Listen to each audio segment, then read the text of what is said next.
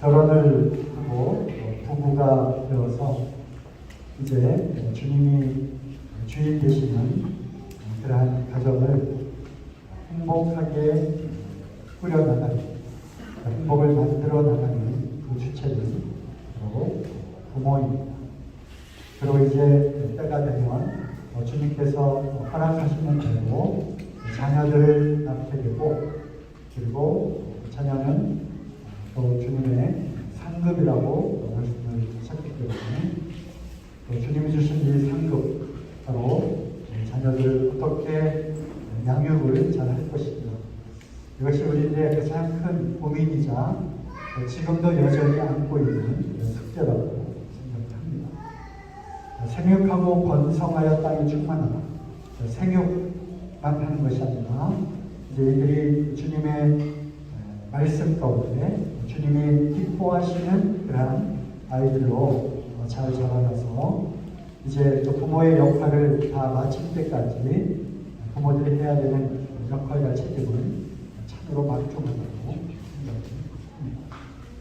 그래서 또 다들 아시는 말씀입니다. 특별한 말씀은 없고요.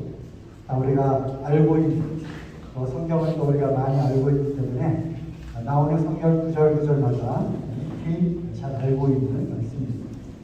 다만 이것을 우리가 실질적으로 어떻게 적용하고 어떻게 실천해 나갈 것인가.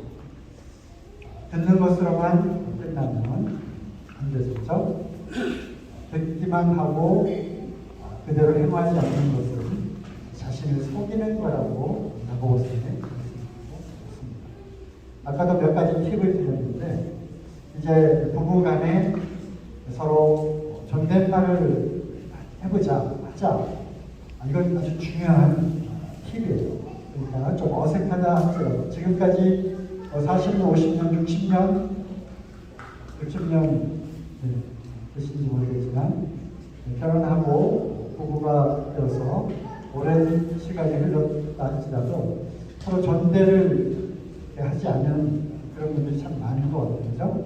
그리고 이제 너무나 가까운 친구처럼, 그리고 이제는 사랑으로 시작하고 그 다음에 정으로 진행되고 나중에는 불쌍해서 서로 살아주는 그런 이제 단계가 되어가잖아요. 그럴 때까지도 이제 너무나 이제 친하기 때문에 야자를 하게 되죠. 야, 너 그러니 안 그러니 이렇게 하게 되는데, 늦었다 생각하지 마시고 존댓말을 서로 해보면 정말 평화를 유지할 수 있습니다. 아시겠죠? 네, 감사합니다. 자, 오늘은 이제 자녀 양육입니다. 마태복음 10장 16절 말씀에 보라, 내가 너희를 보내니 양은 이리 가운데 보낼 것 같다. 그러므로 너희는 뱀같이 지혜롭고 비둘기같이 순결하라. 이 말씀을 이 주제를 생각하면서 주님이 생각나게 하신 말씀입니다. 이제 갈수록 이 세대는, 이 세상은 우리도 아주 힘들게 살아왔지만 앞으로의 우리 자녀들, 아이들이 살아가게 될 세상은 이보다 더 험하고, 그리고 더 악하고, 그리고 이제 마지막 때에 주님이 말씀하신 대로 사람들이 자기를 사랑하고 자긍하고, 그래서 자기의 유익만을 구합니다.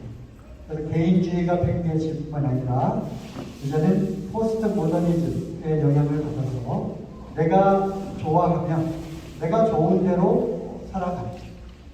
성적인 그런 부분도 그렇고 어떤 가치관과 또 종교에 관한 것, 특별히 기독교에 관한, 하나님에 관한 이러한 모든 것조차도 이제 자기 중심적으로 생각하는 거, 자기가 옳다 하면 그냥 옳은 대로 하는 거예요.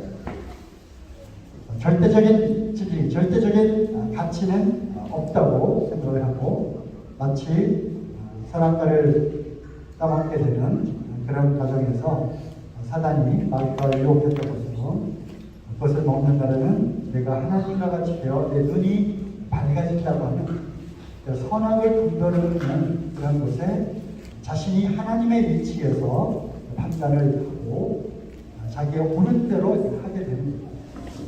점점점 그러한 세상이 오게 될 때 세상은 기독교의 그런 가치와 기독교의 하나님의 말씀과 점점점 멀어지게 되는데, 그러므로 이제 소돔과 고모라와 같은 그러한 시대를 살아가게 됩니다. 옛날에 전쟁과 가난의 그러한 어떤 물질적이고 물리적인 또 육신적인, 육체적인 그러한 고난을 우리 부모님 세대가 저희 세대가 그렇게 살아왔다면, 치열한 경쟁 속에 살아왔다면 앞으로의 세대는 이러한 가치관 또 정신적인 것, 그리고 특별히 우리 믿는 가정의 자녀들은 영적인 부분에서 아주 치열한 그러한 싸움을 하는 그러한 환경에 놓여 있게 될 것입니다. 그래서 마치 이 말씀 생각이 났습니다. 우리 자녀들이 학교에 가고 친구들을 사귀고 세상의 문화를 접하게 되고 세상의 교육을 받게 되고 또 세상의 그런 미디어와 이런 것들에 이제 접하게 되고 노출이 점점점 많아지게 되면서 그 세계가 마치 우리 아이들, 양들을 이리 가운데로 보내는 것과 같은 그런 세상을 우리가 살고 있다고 하는 겁니다. 그렇죠? 그런 것 같죠? 그래서 주님이 주신 말씀대로 지혜와 순결이 필요합니다. 그러한 지혜는 하나님을 경외함으로 생기는 것이고, 이 세상 지혜가 이 세상의 방법으로는 하나님을 알 수가 없는 것처럼 아무리 세상의 지혜로 우리가 지혜롭게 할 수가 없는 거죠. 그래서 우리 자녀들이 지혜로운 아이들로 이 세상을 이기며 승리하며, 그리고 그리스도인의 그러한 자긍심과 그리고 세상 사람들에게 그리스도인으로서의 영향력을 끼치며 저절로 그 나를 통해서 광채가, 하나님을 아는 그 빛의 광채가 나오도록 하는 그러한 삶을 살도록 하는 것은 바로 하나님을 경외함으로써 오는 그러한 지혜, 이 지혜로서 살아가도록 해야 된다는 것입니다. 그뿐만 아니라 이제 더럽고 음란하고 악한 이런 세대 가운데 우리는 정결함을, 우리 아이들이 영적으로 또 이 정신세계가, 즉 영혼이, 마음과 생각이 순결하고 진실되고 정결한 그러한 마음과 생각을 갖고 살기를 우리가 원하는 것이죠. 하나님의 말씀은 이 은으로 연단한, 그리고 이 풀무불에 연단한 그런 어떠한 정금보다도 더 순결하고 맑은 그런 말씀이 시편에 나와 있죠. 그렇죠? 그래서 하나님의 말씀은 순전하고 정결하고, 그래서 사람들을 소생시키고 하는 그러한 능력이 있습니다. 또 좌우의 날선 어떤 것보다도 더 예리해서 이 사람의 영혼을 찔러 쪼개는 그러한 능력이 있기 때문에 하나님의 말씀만이 우리 아이들을 순결하게, 정결하게 만들 수 있다는 것이죠. 그래서 이 말씀이 생각이 났습니다. 자녀의 양육은 전적으로 부모의 역할이자 책임입니다.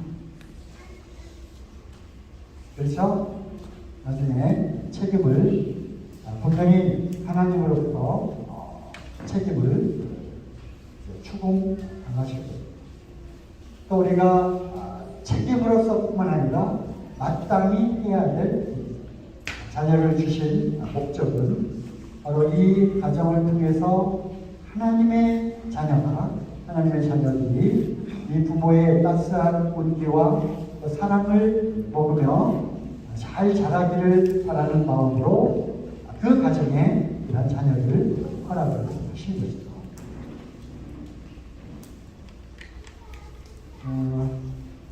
뭐 제가 특별히 따로 드릴 말씀은 없습니다. 왜냐하면 다 하셨더라고요, 형제님이. 먼저는 3월 27일 수요 집회 때 우리 김성종 형제님이 부모 그리고 자녀에 관한 그런 말씀을 하셨어요. 우리가 잊어버리는 은사를 아주 탁월한 은사를 또했기 때문에 뭐 가물가물하시죠? 하긴 한 것 같은데 구체적으로 뭔 얘기지? 제가 말씀 한 구절 한 구절 놓칠세라 필기를 해놨습니다. 이 연년생 남자아이 둘을 키우면서 겪고 그 숱한 사연과 고난과 또 그 마음속 깊은 곳에 품었던 하나님에 대한 어떤 그러한 원망도 있었고 또 어떤 문제에 대한 해결도 받았고 그런 마음속 깊은 곳에 있었던 그런 고민들을 마치 다른 사람 이야기하듯이 줄줄줄줄 이렇게 이야기를 하는 그런 과정에서 참 큰 감동이 되고 참 마음에 참 어떤 애틋함도 있었고 뭉클한 그런 것이 있었습니다. 이렇게 날짜까지 적어 놓았으니까 다시 한번 이렇게 카페나 유튜브 잠실교회 유튜브 들어가셔서 3월 27일 들어보시면 좋겠습니다. 그래서 우리 김성정 선생님이 오늘 이 시간에 다시 리바이벌을 하셔야 되는데 참 제가 꼼수 없이 이렇게 했습니다. 주제는요, 주님이 주신 자녀를 키우는 부모의 자세 그리고 마음가짐. 이것을 희준이와 효도를 키우면서 겪었던 그런 일들을 통해서 주님으로부터 오는 교훈을 말씀하셨어요. 오늘 사실은 이 말씀만 다시 기축해도 충분할 것 같습니다. 제가 키워드만 부모의 자세는 첫째, 순종하는 자녀로 양육하라. 순종을 제일 먼저 뽑았어요. 저도 이 단어를 우리 아이들에게 또 우리 손주들에게 강조했던, 지금도 그렇다고 해요. 순종 그리고 정직, 저희 두 단어를 계속 심어주고 싶어요. 순종 그리고 정직. 부모에 순종하고 권위에 순종하고 선생님께 순종하고 또 교회의 인도자들에게 순종하고 하나님 말씀에 순종하는 것, 이것이 부모님, 눈에 보이는 부모님의 말씀을 순종하지 않으면 눈에 보이지 않는 하나님을 절대 순종할 수 없다. 말씀을 순종할 수 없다. 그거거든요. 눈에 보이는 형제를 사랑하지 않고 어찌 하나님을, 눈에 보이지 않는 하나님을 사랑한다고 말할 수 있겠느냐? 바로 그거예요. 그리고 이제 정직. 저는 이제 정직을 생각했거든요. 정직. 언젠가 사춘기를 거치면서 이제 부모를 또 거역하고 때로는 교회를 떠나고 세상 깊은 곳에서 방황하고 탕자처럼 그렇게 된다 할지라도 정직. 어렸을 때 들었던 정직. 그래서 하나님 앞에 정직. 하나님을 속이지 말고 양심이 바라서 그 양심으로 하나님 앞에 진실한 마음으로 서게 될 때가 분명히 올 거예요. 그러면 언젠가는 다시 하나님께로, 교회로 돌아올 것이다. 이런 믿음을 갖고 정직이라고 하는 것을 거짓이 없다. 역시 이제 김성령 선생님도 착한 양심을 갖도록 하라 이렇게 했어요. 그래서 양심이 바른. 세 번째, 좋은 습관을 가질 수 있도록 해라. 그래서 때로는 호기심에 의해서 이렇게 한 것들이 습관이 되는 거죠. 술, 담배, 그리고 최근에는, 그리고 지금까지는 그렇게 심각하게 생각하지 않았던 마약. 이제는 그것이 아주 심각하게 우리 청소년들에게도 노출되어 있는 그러한 어떤 호기심이 습관이 되는, 그래서 좋은 습관, 기도하는 습관, 모임을 해야지 않는 모임에 출석하는 습관, 매일매일 빠짐없이 PT를 하는 습관, 이러한 좋은 습관, 영적인 습관을 가질 수 있도록 합니다. 그리고 믿음을 갖게 하는 이런 내용으로 말씀을 드렸습니다. 김성정 의원님 계시죠? 어디 계세요? 네. 감사합니다. 좋은 말씀을 해주셔서 그뿐만 아니라 부모의 마음가짐, 어떤 구구절절이 경험되어진 거죠. 그럴 때 부모는 어떤 마음을 가져야 되느냐? 기도가 아이들을 살리는 겁니다. 그리고 재작년인가요? 제가 매주 화요일마다 참 유익한 그런 영상이나 글들을 이렇게 올렸었는데, 거기에 부모의 자녀들을 향한 기도 30일 기도인가요? 40일 기도를 썼는데, 그거 다시 카페에 들어오시면 다 자료 있습니다. 그때 김성정 교수님이 이런 얘기를 했어요. 이 기도가 너무나 참 구체적이다. 참 이 기도가 너무 좋다. 이렇게 말씀을 해주셨어요. 예를 들면 좋은 친구를 만나게 해주세요. 좋은 선생님을 만나게 해주세요. 이러한 구체적인, 그리고 아이들이 어떤 일을 당했을 때 그걸 이렇게 해결할 수 있는 지혜를 주십시오. 이렇게 구체적인 기도 제목들이 쭉 있거든요. 다시 한번 찾아보시고 그렇게 기도하면 좋을 것 같습니다. 그리고 부모의 마음가짐, 인내, 정말 필요한 것입니다. 인내. 언제까지 그 다윗의 고백처럼 주여 어느 때까지니 참 그 눈물로 밤이 새도록 그 침상을 적시는, 그러면서 다윗이 처해 있는 그런 상황은 달랐지만 주여 어느 때까지입니까 이렇게 절규했던 그 시편을 보게 되는데, 참 자녀들이 참 방황하고 또 부모의 말을 잘 듣지 않고 참 영적으로 이렇게 참 잘 자라갔으면 좋겠지만 참 그렇지 않고 오히려 그럴수록 더 세상으로 빠져가는 그런 아이들을 보게 될 때 끝까지 참 인내심이 정말 필요하다는 얘기를 해주셨고요. 그 다음에 절제가 필요하다. 절제. 남들이 다 하니까 우리도 그거를 그대로 따라 하는 것이 아니라, 남들이 과외 보내고 학원 보내고 또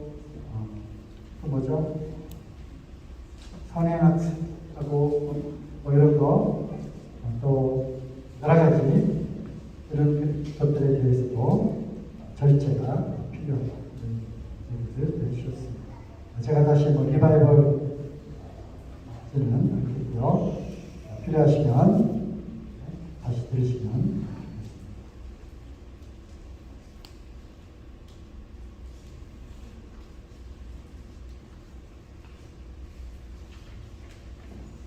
김기훈 형제님, 이인숙 자매님한테 전화 좀 한번 저한테 전화 좀.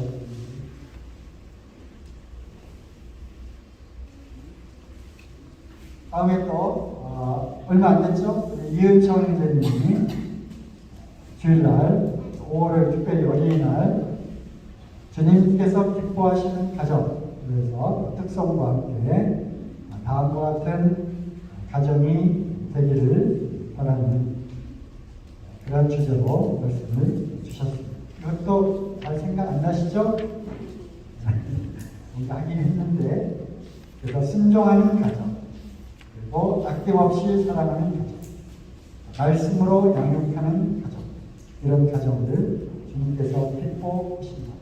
그리고 시간이 없어서 다 하지는 못했지만 그 밖에도 하나님을 경외하는 가정, 기도하는 가정, 또 섬기는 가정, 모이기를 힘쓰는 가정, 이런 가정을 주님께서 기뻐하실 것이다.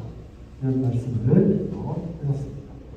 이것도 원하는 분들은 다시 한번 5월 5일자 영상을 보시면 되죠. 위대한 경쟁을 통해서 주시는 MP3 음성을 또 들으시면 되겠습니다. 제가 할 얘기는 별로 없습니다. 그래서 어떤 말씀을 드리지? 형제님들이 다 했는데 이거 말고 또 뭐가 있지? 그래서 말씀보다는 이렇게 좀 했으면 좋겠다라고 하는 거를 팁이라고 하는 형태로 몇 가지 팁을 좀 드리면 좋겠다 생각이 들었습니다. 첫 번째는요, 팁이라기보다는 우리의 마음가짐이죠. 마음가짐. 자녀는 내 소유물이 아니다. 느낌표 5개. 아까는 느낌표 5개 뭐였죠? 느낌표 5개 바꾸려 하지 말아라. 그렇죠? 바꾸려 하지 말자. 그거였고요. 이거는 우리가 깊이 새겨야 합니다. 자녀는 소유물이 아닙니다. 하나님께서 우리에게 잘 키우라고 맡겨놓으신 하나님의 소유입니다. 이것을 우리가 마음속 깊이 우리가 인식을 하고 있어야 됩니다. 아까도 요게벳의 노래 했죠?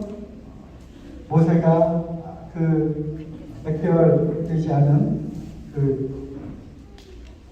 요게벳이 광주에다가 애기 모세를 거기다 넣어서 나일강에 띄우죠. 그죠? 그것과 관련된 서사시적으로 찬송인데, 거기 보면 이제 너를 흘려 떠나보낸다. 누구에게? 너의 참주, 너의 참 부모인 하나님께로 너를 맡긴다 하는 그런 가사입니다. 그래서 우리 아이들의 참 부모는 하나님입니다. 우리는 이 세상에서 맡겨진 그리고 책임을 갖고 그 역할을 하라고 맡겨진 부모에 불과한 거죠. 그렇기 때문에 이제 이런 갈등 구조에서 우리가 해방될 수 있습니다. 특별히 이제 아들을 키우는 그런 부모들은 이제 장성한 분량까지 키워서 결혼시켜서 보내면 며느리에게 아들을 뺏긴다라고 생각을 하는 거죠. 그래서 영원히 풀리지 않는 숙제, 뭐죠? 고부간의 갈등이 생기는 거죠. 어떻게 키운 아들인데 이렇게 시작을 하는 거죠. 그래서 그 생각을 이제 바꿔야 됩니다. 우리도 바꿨어요. 그래서 우리 며느리들하고 사이가 좋잖아요? 아닌가? 그래서 아들은 더 이상 우리 아들이 아니고 며느리의 남편이다. 며느리의 남편이다. 우리의 역할은 이제 여기까지. 하나의 독립된 개체로 남자가 부모를 떠나 여자와 합하여 한 몸을 이룰지 가정을 이뤘기 때문에 이제 우리의 임무는 여기까지. 물론 우리가 완전히 손을 떼는 건 아니잖아요. 그걸 뭐라고 그러죠? 후견인으로 이렇게 넓은 영역에서 이제 돌봐주고 도와주고 하는 거지만 일일이 뻔뻔히 그들의 삶에 개입해서 이렇게 해라 저렇게 왜 이렇게 안 해주니 너무 서운하다 이런 생각은 접히고 다만 뭐예요? 나이가 들어서 아이들에게 짐이 되지 짐만 안 되면 그걸로 됩니다. 그래서 우리의 이제 생각을 바꿨습니다. 자녀는 우리의 소유물이 아닙니다. 그러나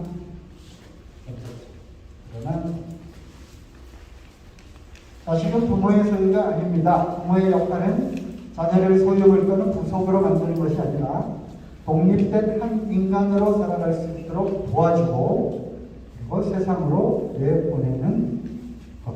그것이 부모의 역할이지 끝까지 내 품 안에 끌어안는 소유 또는 부속품이 결코 아니라고. 그러나 점점점 주님은 부모의 책임을 분명히 물으실 것입니다. 교회에서도 마찬가지죠. 교회에서도 인도하는 자, 교회에 인도하는 자에 대한 말씀이 나옵니다. 저들은 나중에 주님 앞에 회개할 자라고 이렇게 되어 있습니다. 회개합니다. 이거 회개가 아니라 회개. 영어로는 카운트 뭐예요? 조목조목 이제 따지는 거죠. 계산하는 거예요. 수입, 지출. 그거를 따지는 거예요. 양들을 잠실교회에 거기에서 잘 적응하고 잘 배우고 거기에 섬기라고 보냈는데 뭐했니? 왜 양이 떠나가도록 방치해 두었니? 내 양을 너희는 어떻게 했니? 나중에 카운트한다. 이 책임을 물으십니다. 누구에게? 인도하는 자. 말씀에 그렇게 되어 있잖아요. 그래서 책임을 물으십니다. 권한과 함께 주어진 것은 책임입니다. 마찬가지로 부모에게도 주어진 것은 바로 책임입니다. 책임을 분명히 물으실 것입니다. 그러므로 우리가 똑바로 부모의 역할을 해야 되는 것입니다. 자녀를 주었는데 그리고 내가 기뻐 나에게 영광이 되어지는 그러한 자로 잘 키우라고 주었는데 왜 그렇게 돼? 왜 그렇게 만들어? 왜 그렇게 되도록 놔두었니라고 나중에 그것을 물으실 것입니다. 문제아이 뒤에는 문제의 부모가 있다. 우리가 어디서든 다 찾아볼 수 있는 그러한 문구죠. 분명히 부모에게 문제가 있다고. 부모는 아이들의 거울이죠. 그래서 제일 먼저 나오는 말이 뭐예요? 본이 되라는 거죠. 따라하는 것. 아이들은 이렇게 해라 저렇게 해라 이렇게 하라고 했지 않니? 가르치는 대로 하는 것이 아니라 보이는 대로 따라하는 거예요. 우리 아기들이 그렇잖아요. 아이들이 자라면서 보이는 대로 따라하는 거예요. 자기 언니를 따라하고 오빠를 따라하고 이렇게 하는 거죠. 가르쳐서가 아니라 그렇게 하는 게 맞는 것으로 생각하니까 당연히 그렇게 하고 싶으니까 오빠가 하고 언니가 하고 형이 하니까 그렇게 하는 거거든요. 마찬가지로 아이들은 부모가 하는 대로 어렸을 때 보고 잘하는 대로 그대로 그것이 습관이 되어서 따라한다는 거죠. 그죠? 이거 재미난 그림이라 가지고 왔습니다. 아빠가 담배를 조금 피면 아이는 숨어서 뭔지도 모르고 호기심에 저렇게 하니까 좀 재밌어 보인다 따라 그러는 거죠. 부모는 자식의 거울이다. 노후에 후회하지 않는다. 나중에 이제 나이가 들면 잘못 키운 자녀들로 인해서 부모가 천추에 항의될 그런 경우를 우리가 많이 보게 됩니다. 그래서 노후에 후회하지 않도록 부지런히 훈계하고 그리고 주님의 교양과 훈계로 양육하라고 말씀하시잖아요. 지금도 늦지 않았습니다. 할머니에게 막대하는 엄마에게 충격을 준 아들의 한마디는 뭘까요?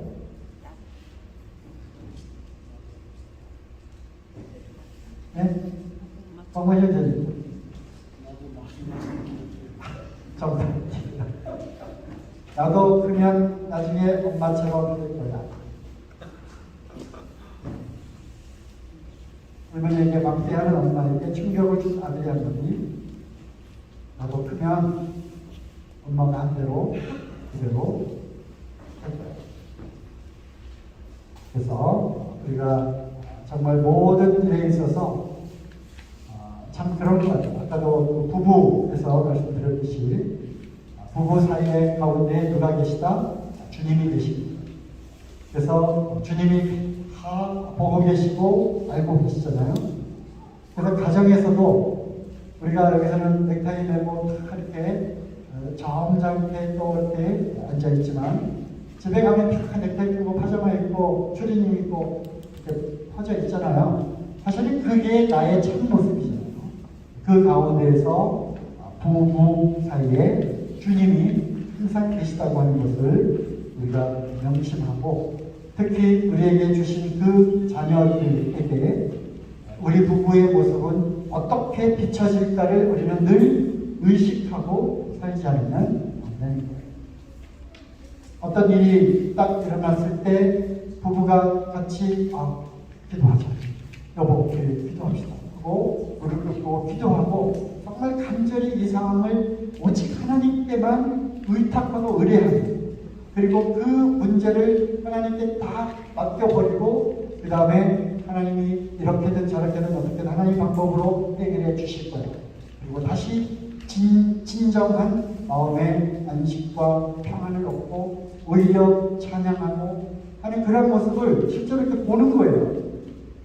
그것이 실질적인 교육이고 본이. 주일날 아침에 제일 많이 싸운다고 그러잖아요. 그죠? 사단이 방해를 하기도 하고, 오해 지금 시간이 몇 시인데, 빨리 내가 늦었잖아. 내가 놀았어요, 내가 놀았다고 그래. 나도 한번 그러지 와서 좀 도와주지. 그런 모습을 이렇게 보면서, 뭐해, 빨리 니들은. 이런 모습 보면서, 이제 저희 와가지고, 감사하겠습니다. 찬양을 주고 감사하는 것을 아이들은 그 환경에서 보면서 룰루랄랄랄랄 나도 나중에 그게 이제 그렇게 해야지가 아니라 이렇게 진짜 토요일 저녁부터 설레는 내일이면 우리 내일 교회 가서 예배 드리고 또 영적인 그런 교제를 해야 되니까 우리 저녁에 준비해야지. 예배를 준비하고 말씀 한번을 더 보고 그러면서 정말 내일 주일이 정말 그 기다리는 그런 모습을 빨리 내일 와서 성도님들 얼굴도 보고 내일은 또 무슨 일이 일어날까 강단에서 또 무슨 말씀이 주어질까 저렇게 기다려집니다. 오늘 우리가 우리 가정이 처해 있는 이 문제에 대한 해답을 주실까? 그럴 것 같지 않니? 이러한 과정들 가운데 정말 아이들은 우리 부모님이 정말 주일을 그렇게 기다리고 기뻐하고 가고 싶어 하시구나 하는 게 몸에 배이게 평소에 그러한 삶 가운데 이런 것들이 영향을 미치게 됩니다.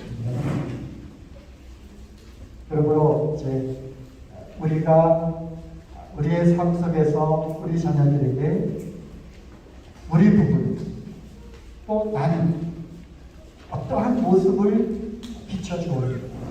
그리고 우리가 다시 한번 돌아보고 또 반성하고 또 새로운 변화된 그러한 모습으로 수양의 장소를 떠나야 되겠죠? 뭔가 한 가지라도 얻어가는 게 있어야 되겠죠? 그러므로 본이 되는 모습을 보여주는 것이 얼마나 중요한지. 두 번째 팁은 자녀들과 함께 가정 예배를 드려라. 예배는요, 주일날 우리가 모여서 만찬을 통해서 주님의 만찬을 나누며 예배를 드리는 그것만이 예배가 아닙니다. 우리를 이 산에서도 말고 저 산에서도 말고, 즉 어떤 장소에서만 구약의 율법에는 그렇게 되어 있었어요. 우리는 지금 은혜의 시대잖아요. 그렇죠? 그 예배의 비밀을 알려주셨잖아요. 무엇으로 드리는 거예요? 영혼, 스피릿, 영혼. 예, 그 마음에 이 거듭난 이 마음, 그 다음에 truth, 진리 안에서, 예수 그리스도의 진리 되신 예수 그리스도 안에서 우리가 예배를 드립니다. 어디에서? 어디에서? 어디서? 언제? 언제? 그죠? 우리는 언제나 개인이 걸어가면서도 예배를 드릴 수 있습니다. 그죠? 예배가 뭐예요? 예배 요소가 감사와 찬양과 경외와 사랑과 이것을 고백하는 거잖아요. 그죠? 그러니까 우리는 늘 언제나 어디서나, 그리고 우리를 예배 드릴 자로 우리를 택하시고 우리를 부르셨잖아요.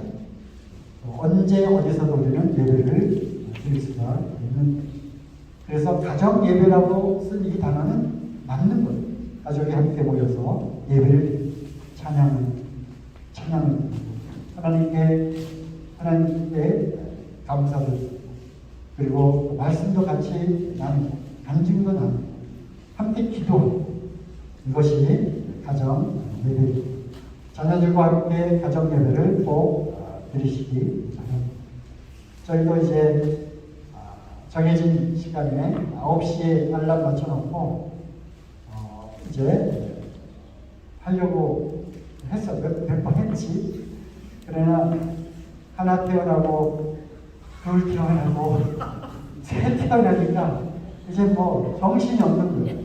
그래서 이제 좀 중단되다가 다시 이제 같이 기도하고 이렇게 하고 있는데, 우리 하성이 아기 때만 해도 같이 펴놓고 찬송 같이 부르고 함께 또 말씀 교제 나누고 그런 시간들을 가졌었습니다.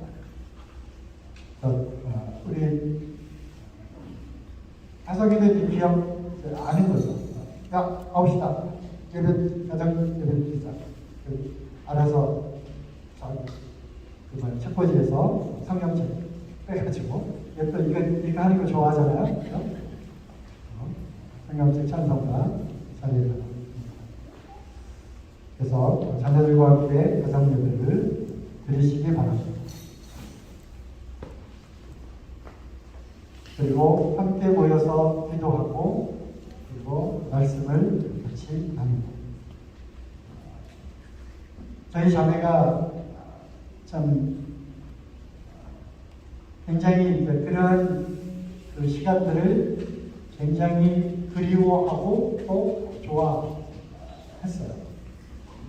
아빠가 애들을 불러다 앉혀놓고 같이 성경 공부하면서 에베소서 줄거리 1장, 2장의 빌을 골 이렇게 해가지고 저렇게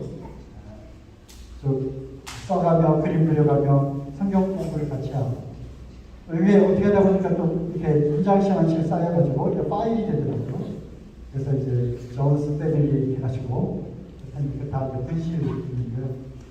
그때 참 행복과 또 아빠의 그런 역할과 아마도 그런 시간들을 통해서 저를 조금 존경하려는 마음이 조금 들지 않았어요. 그런 착각을 하는데, 아빠가 애들하고 성경 공부를 합니다. 그 시간이 굉장히 귀했던 것 같아요. 어쨌든 자녀들 함께 손잡고 손을 잡고 기도를 같이 하세요. 요즘 이제 아이들이 조금 컸으니까 하성이, 하은이, 하연이, 그래서 우리 손잡고 기도하자. 그래서 같이 손잡고 이렇게 서가지고 기도를 하기도 합니다. 그래서 가족은 하나. 또 우리 가족이 이와 같이 손잡고 하나님께 기도하는구나 하는 것을 아이들이 배워 나가는 것 같습니다. 그래서 기도하자 그러면 떡떡 바닥에 엎드려. 그리고 기도가 길어지면 눈 뜨고 여기서 엎드렸는데 나중에 눈 뜨고 저쪽에 가 있고 그러죠. 그럼에도 불구하고 어쨌든 엎드리는 습관을 기도하자라고 하는 것이 뭔지를 아는, 그리고 아멘 소리를 크게 하면 또 젤리 하나 주고 알라트 하나 주니까 아멘 소리를 누가 경쟁하듯이 크게 하고 뜻을 알지도 못하지만 그런 습관을 키워주는 것이 좋겠다 생각합니다. 어쨌든 부부가 같이 손을 맞잡고 기도하고 그러한 기도하는 것을 아이들이 보면서 자라나는 거죠.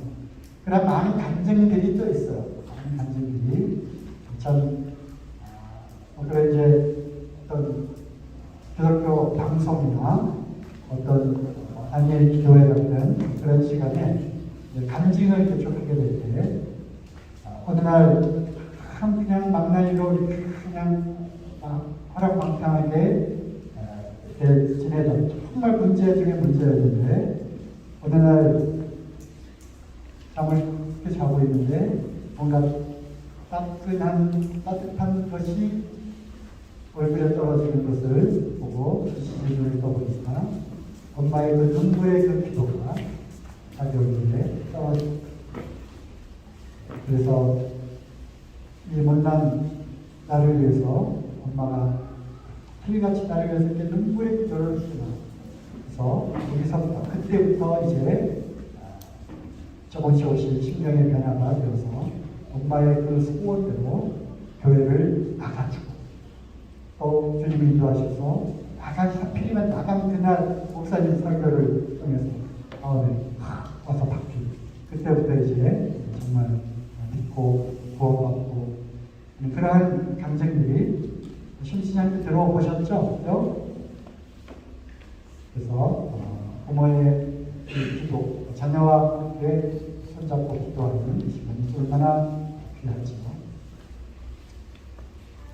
주의 가정은 작은 천국이다. 주의 가정의 작은 행복이다.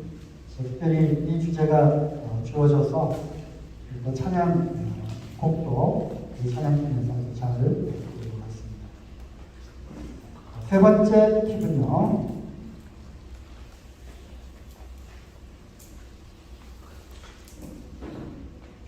아이들도 잘 봐야 돼요. 윤규야, 여기 봐야 돼. 윤규, 봐야 돼. 세 번째 팁은요. 컴퓨터와 스마트폰 사용을 어떻게 하라? 우리에게는 감독할 수 있는 권한을 부모에게 주셨어요. 감독할 수 있는. 스마트폰이 없으면 살아갈 수 없는 그러한 시대가 되었어요. 여기를 통해서 모든 걸 다 할 수 있죠, 그죠? 이거 하나만 있으면 지갑을 가지고 다닐 필요도 없고, 그죠? 모든 것을 이걸 통해서 소통을 하고 또 세상과 연결이 되어 있습니다. 하지만 우리가 중독이 되어 있다는 사실은 몰라요. 스마트폰 없이 하루, 이틀, 3일 살 수 있을 것 같아요. 스마트폰 없이 3일. 아마 힘드실 거예요. 지하철에서 타기 힘들 것도 같고. 요거한테 혹시 무슨 긴급한 연락이 오지 않았을까? 그리고 또 환청이 들리는 거죠.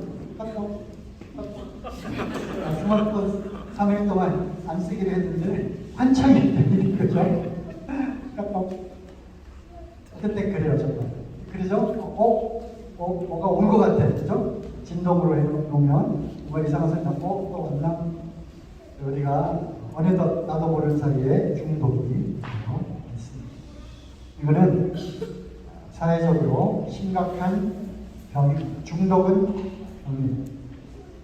그리고 아까도 뇌과학 얘기를 해드렸는데, 이제 이러한 영상물, 또 스마트폰, 컴퓨터 이런 거에 많이 노출될수록 우리 아이들, 청소년, 청년들 종합적인 그 사고력, 그 기능이 낙됩니다. 그래서 어떤 반짝반짝반짝하는 어떤 정보의 습득에는 굉장히 강하지만 종합적으로 판단하고 분석하고 또 창조하고 이러한 능력이 현저히 떨어진다고 하는 겁니다. 그리고 중요한 것은 이걸 통해서 사단 마귀는 아주 훌륭한 그러한 도구로 활용을 하고 있다는 것입니다. 컴퓨터를 통해서 많은 것들이 들어오게 됩니다. 특히 뭐가 들어와요? 음란물에 접촉을 하게 될 가능성이 너무나 많다고 하는 거죠. 안 그러려고 해도 갑자기 바이러스가 걸려가지고 이상한 게 뜨기도 하고 뭔가 광고가 쫙 뜨기도 하고 이건 뭐지? 들어가 보면 또 이상한 데로 빠지는 경우도 있고요. 요즘은 유튜브만 해도 수위가 굉장히 높아져 있고요. 전에는 많이 걸려져 있었는데 요즘은 유튜브만 해도 아주 성적으로 아주 심한 그러한 내용을 스스럼없이 노출시키고 또 많은 좋아요, 구독, 알림 설정 그거를 유도해 내려고. 왜? 그게 돈이니까, 수입이니까. 그래서 낚시하는 그러한 영상, 그러한 글, 문필, 선정적 그런 것들이 너무나 많다고 하는 것입니다. 저도 주연이 키울 때, 물론 이제 목동에서 자기 장모님 모시고 애들 6명이 거기서 옹기종기 모여서 살 때, 놀 공간도 없었긴 하지만 컴퓨터를 거실에다 깔고 TV 옆에 TV 있고 컴퓨터 뭘 하는지 이제 알죠. 그리고 컴퓨터로 숙제도 해야 되고 하니까 필요한 거예요.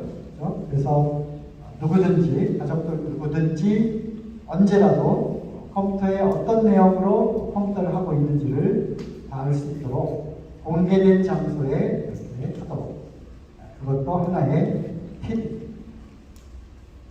어쨌든 이 악하고 음란하고 패역한 세대 가운데 우리 아이들이 이러한 환경에 쉽게 노출될 수 있다고 하는 것입니다. 이제는 컴퓨터 아니더라도 스마트폰 안에 있으니까.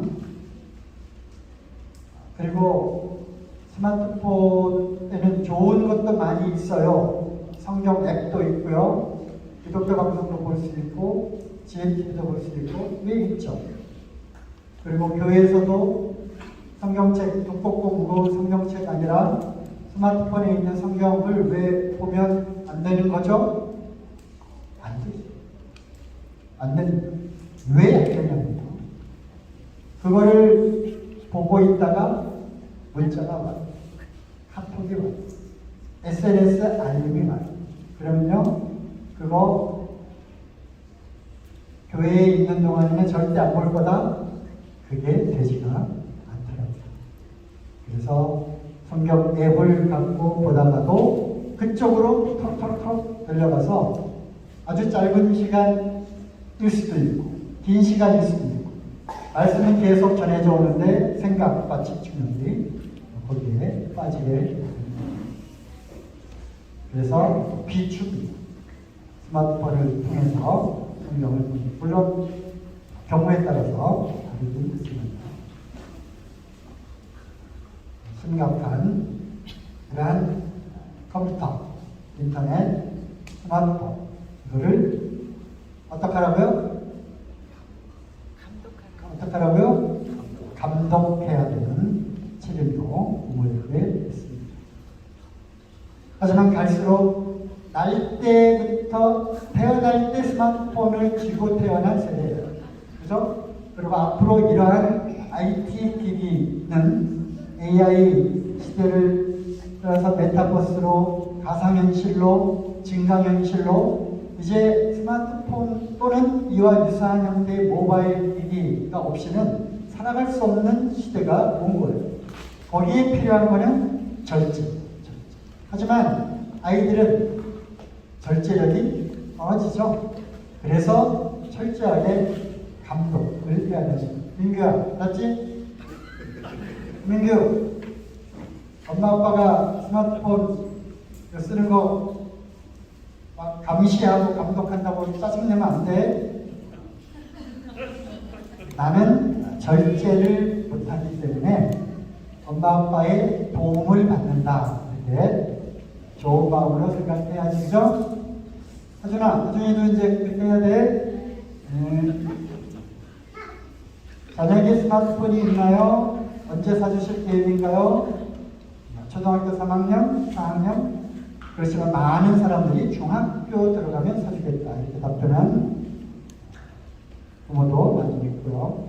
하지만 언제 첫 스마트폰을 사주셨나요? 초등학교 1학년, 2학년, 3학년. 이렇게 어쩔 수가 없어요. 왜? 숙제를 그쪽으로 선생님이 그렇게 그쪽으로 연락을 해요. 그래서 이제 스마트폰을 어쩔 수 없이 사주는 경향이 있고, 어차피 사줄 거면 어차피 얘네들은 이것을 갖고 살아가야 하는 세대이기 때문에 조금 더 일찍 쓴다고 해서 문제 될 게 있겠느냐, 이런 개념 없는 생각하지 마시고요. 그건 개념 없는 생각이에요. 스마트폰에 빨리 노출되면 노출될수록 종합적인 이 사고력, 이게 현저하게 떨어진다니까요. 대신에 책을 보는 아이들은 좋은 환경입니다. 그 부모들의 그런 수기를 쭉 보면은, S대를 보낸 그 부모들 그런 수기 딱 보면은 무조건 책을 읽는 그런 거 많이 보셨죠? 그럼 책을 스마트폰 대신에 책을 사주고 책을 읽도록 스마트폰 없어도 살아갈 수 있습니다. 부모의 기대는 학업용으로 검색하는 목적이 제일 크고, 음악 이제 공부하다가 또 음악이나 영상도 필요하니까 감상도 해야 되겠죠. 친구들과 소통해야 되니까 메신저. 그것이 이제 부모들이 기대하는, 그래서 스마트폰을 사주는. 하지만 자녀의 실태는 뭐가 제일 많아요? 게임. 이거는 말할 것도 없어요. 스마트폰을 어디에 가장 많이 이용하느냐? 게임.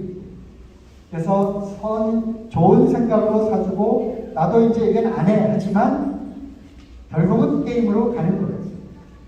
너 몇 점 깼어? 여기에 나도 그거 하이스코어 하려고 하는 거예요. 그리고 이제는 네트워크로 다 연결이 되어가지고 또 같이 게임을 하잖아요. 그죠? 혼자만 하는 것이 아니라 같이 묶여져 있어서 같이 게임을 하는 거예요. 전에 한번 제가 이런 말씀 드렸는데, Wait until 8. 미국에서 이러한 운동이 부모들 사이에 일어나고 있어요. Wait until 8. 8까지 기다려라. 뭘 기다려라? 스마트폰 사주는 거를 기다렸어요. 8살이 아니라 8학년 때까지는 스마트폰을 사주지 말고 기다리자. 8학년이면 우리로 하면 몇 학년이에요? 중학교 2학년. 그때까지 버틸 수 있으시겠어요? 부모와 아이들이 아주 결단을 하고 세상이 어떻게 돌아갈까. 선생님이 숙제를 스마트폰인데 왜 스마트폰으로 숙제를 내주세요? 저희는 스마트폰으로 숙제 안 받겠습니다. 아이에게 노트에다가 써주세요. 그렇게 요구할 수 있는 부모가 되기를 바랍니다.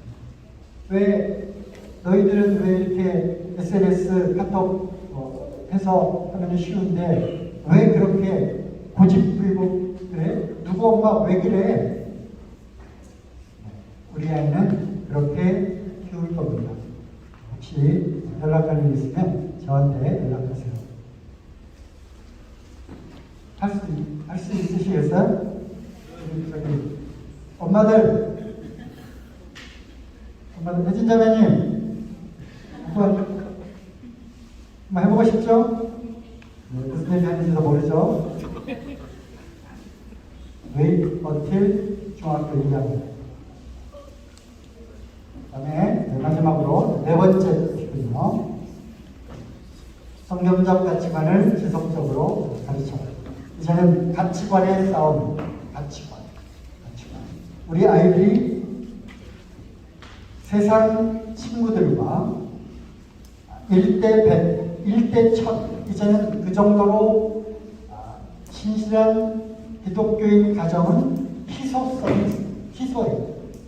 그래서 1대 100이 아니라 1대 1000을 놓고도 바르게 무릎 꿇지 않은 실천을 남겨놓으신 것처럼 이제 일당천으로 당당히 맞서 싸우리라. 그리고 싸워서 의도 터져갖고 오는 것이 아니라 오히려 그들을 성경적인 그러한 논리로, 성경적인 아주 강한 가치관으로 그들을 이기고 거기서 살아남도록 지속적으로 가르쳐야 합니다. 누가요? 주일학교 교사들이요? 주일학교 교사들과 만나는 시간은 불과 일주일에 1시간 반. 그 아이들이 부모님 따라서 주일날 하루 교회 오잖아요. 나머지 시간은 부모와 그리고 부모와 함께 지내는 시간보다 더 많은 시간을 세상 학교에서 친구들과 함께 보낸다고 하는 사실을 명심하시고 지속적으로 성경적 가치관을 가르쳐야 합니다. 이제 아이들이 크면 우리 민규 지역이 지금은 이제 잘 크지만 중학생 되고 고등학생 되고 대학생 되고 그러면 이제 가치관이 생겨요. 왜 꼭 그래야 되는 거죠? 그거부터 시작합니다. 이거는 정말이지 도저히 이해가 가지 않아요. 안 믿어지는 걸 왜 하나님은 하필이면 이거를 왜 이렇게 하라고 하셨어요? 왜 이러한 상황에서 이렇게 하셨죠? 사랑의 하나님이라 하면서 도저히 이건 이해가 가지 않아요. 이러한 수많은 이제 정체성과 부딪히면서 사춘기를 거치면서 싸우게 될 때 그때 부모의 역할이 정말 중요하다는 거예요. 그래서 부모님들이 영적으로 대답할 것, 영적으로 깨어있어서 준비가 되어 있지 않으면 당황하는 거예요. 엄마 아빠도 제 확실히 모르네? 확실히 모르네? 긴가민가하네? 그러면 사실이 아닐 수도 있네? 그런 거죠. 그래서 부모님들이 먼저 무장하고 자녀들에게 지속적으로 성경적 가치관을 가르쳐야 하는 겁니다. 골리앗 세상에 다윗처럼 살아가는 법을 우리가 하는 것입니다. 어떻게요? 너는 창석틀을 갖고 나오지 마. 나는 만군의 여호와의 이름으로 너에게 나간다. 그러므로 이 양들을 일대 가운데로 보내는 것처럼 당당하게 다윗의 돌멩이를 갖고 학교 또 친구들 들어가서 그들을 넉넉히 영적으로 압도할 수 있는 그런 우리 자녀들로 키워야 되는 부모의 책임이 있다고 하는 것입니다. 하나님의 말씀 마지막으로 아들과 딸들아 잠언 4장에 아들들아 아비의 훈계를 들으며 명철을 얻기에 주의하라. 여기는 다 형제들아 할 때 자매님들도 다 그 안에 포함되는 거죠? 처럼 아들들아 할 때 우리 딸들은 우리는 아니네 아니라 포함되어 있는 거예요. 아비의 훈계를 들으며 여기에 엄마가 다 포함되는 거죠. 부모의 훈계를 들으며 명철을 얻기에 주의하라. 아버지가 내게 가르쳐 이르기를 내 말을 내 마음에 들어 내 명령을 지키라. 그리하면 살리라. 그래서 아비, 어미, 즉 부모의 말이 아이들 마음속에 깊이 새겨져서 그들이 이 명령을 지키며 살아가게 될 때 그들이 살아남을 수 있는 것입니다. 그들이 승리할 수 있는 것입니다. 그러므로 아비들아 자녀들을 노엽게 하지 말고 오직 주의 교양과 훈계로 양육하라. 그래서 마지막 퀴즈가 있습니다. 행복한 가정. 기억, 히읗과 미음, 쌍시옷으로 세워지고 시옷, 리을로 채워져 있습니다.